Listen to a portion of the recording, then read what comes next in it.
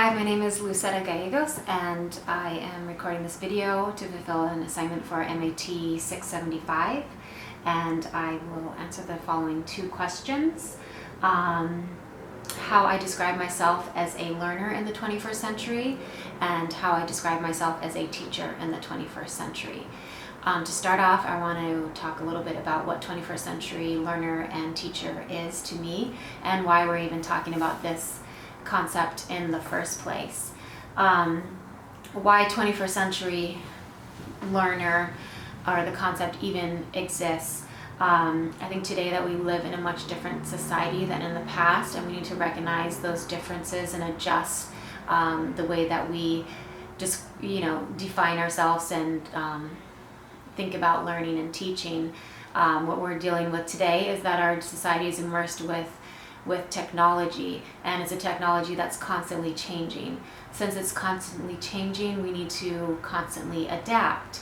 The technology and the internet that we have today has allowed us to work in a global society and communicate, across the city with ease, across the country and across the world. This has changed the dynamics of the classroom. In the past, a single teacher would sort of be the expert and the sage on the stage and, teach the children, and they're the single expert. Today with technology and the internet, there are multiple experts, and you can find them and use them in your classroom at any time. So the teacher is not just a single person, but sort of one of many and kind of more of a host. So the dynamics of the learner and teacher has changed, I think, because of the 21st century and because of technology specifically. There's also the phenomenon of the immigrant versus the native, and with technology, it's sort of always going to be that the student, the younger person, being the younger person, is the native to technology and is always going to feel more comfortable with whatever is going on at that moment. It comes to them naturally, and they're comfortable with it because they're growing up with that technology. Whereas the teacher, the older person, is always going to be the immigrant and not feeling as comfortable as not learning the technology in a natural way, and always feeling like the foreigner and learning about technology with that sort of aspect, which is completely different from the past.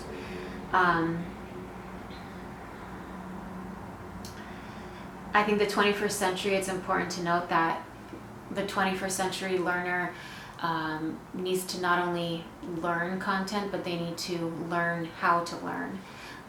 It's no longer good enough to learn a subject, learn a trade, and practice that trade or subject for the rest of our lives or for a career. We need to constantly learn new information, and so it's important today not to just teach a subject, but to teach students how to learn. They need to learn how to learn and how to process information, gather information, edit, and draw their own conclusions.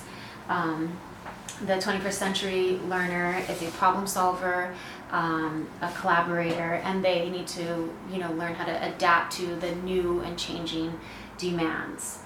As far as myself as a 21st century learner, I think I'm a nearly ideal candidate, a nearly ideal 21st century learner, and I'll talk about the nearly part in just a moment. I think that I'm a great 21st century learner because I naturally enjoy learning. I enjoy the plethora of knowledge, and I enjoy constantly learning and adapting and changing. So I love that the internet and the tools, the technological advances are, helpful. They help me to organize things. They help me to gather information, to share information, and to get information from others. And the internet as well. I'm interested in many subjects. I got my BA in history, and now I've chosen multiple subjects because I like all subjects, and I couldn't really choose one. I like science. I like political science. I like cooking. I like sports. I like politics, and of course history. And so I enjoy sort of constantly learning and constantly adapting. I enjoy collaborating and problem solving. And I said nearly an ideal candidate because I think that my confidence still has room to grow. I don't always, tackle things right away. I don't always put myself out there with new technology. But I have been able over the years to gain confidence and know that I just gotta try it out, and it is something that's these new ideas and new technologies are attainable, and they are something that if I put in the effort in, I can master it. I sort of right now go on it as need to know basis, but getting my master's right now, and then I think being in education, I'm going to need to constantly, my need to know basis is going to be quite high, and I'm going to need to and want to stay on the highest plane that I can, really, as far as technology. So I think all of that makes me a strong 21st century learner. For example, in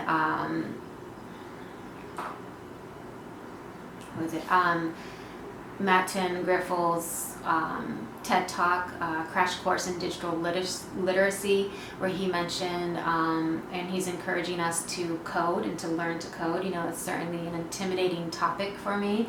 But then he goes on to say that society is quickly dividing into two kinds of people: those who know how to code and those who don't. And I definitely want to be the one that knows how to code. Especially, he says that that those who don't know how to code, that their lives are being designed and directed by those that do. So although that I don't even know what coding is, and that whole field sounds very intimidating to me, I'm interested, and I want to be on the side of those that do know how to code. So hopefully some of these tools, and he says I can do it, so I guess I'm going to be trying. Moving on to the 21st, how I describe myself as a 21st century teacher. I think that a lot of my qualities as a learner are going to transfer over to my abilities as a teacher.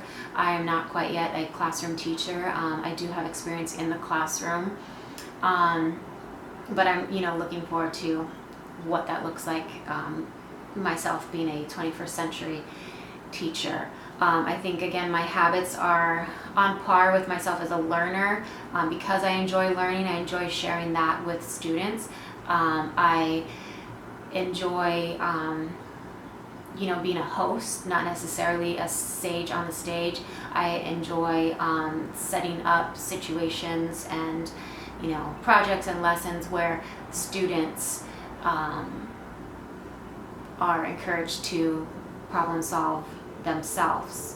I'm okay with not being an expert at everything, and I'm comfortable with, I see myself as a learner in the classroom, and I see the classroom and the students and myself learning together. I see them as experts, and I'm okay with bringing in other experts through the internet or through other tools.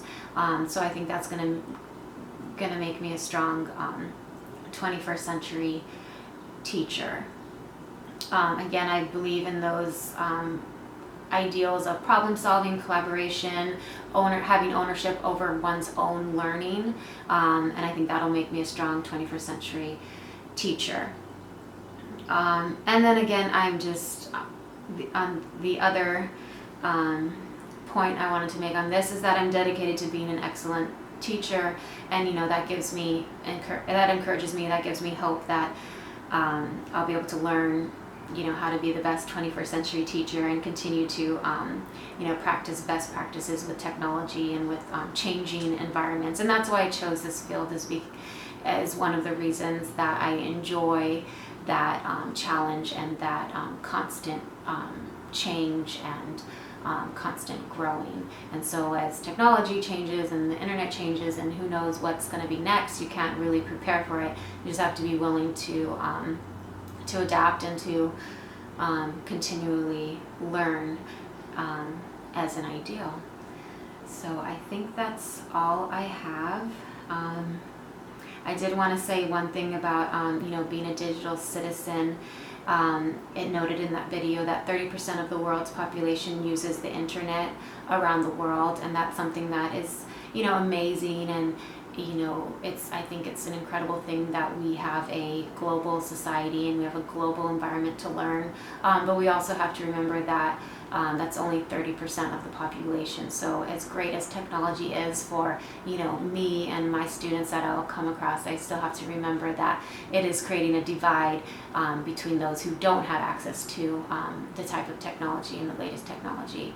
And I think that population is sort of always kind of hidden. I don't think we see that population as much here in the States, although there are many students who don't have a computer and don't have the internet at home. So I think that locally it's important to consider that and to do something to provide access for that. And that's it. Thank you.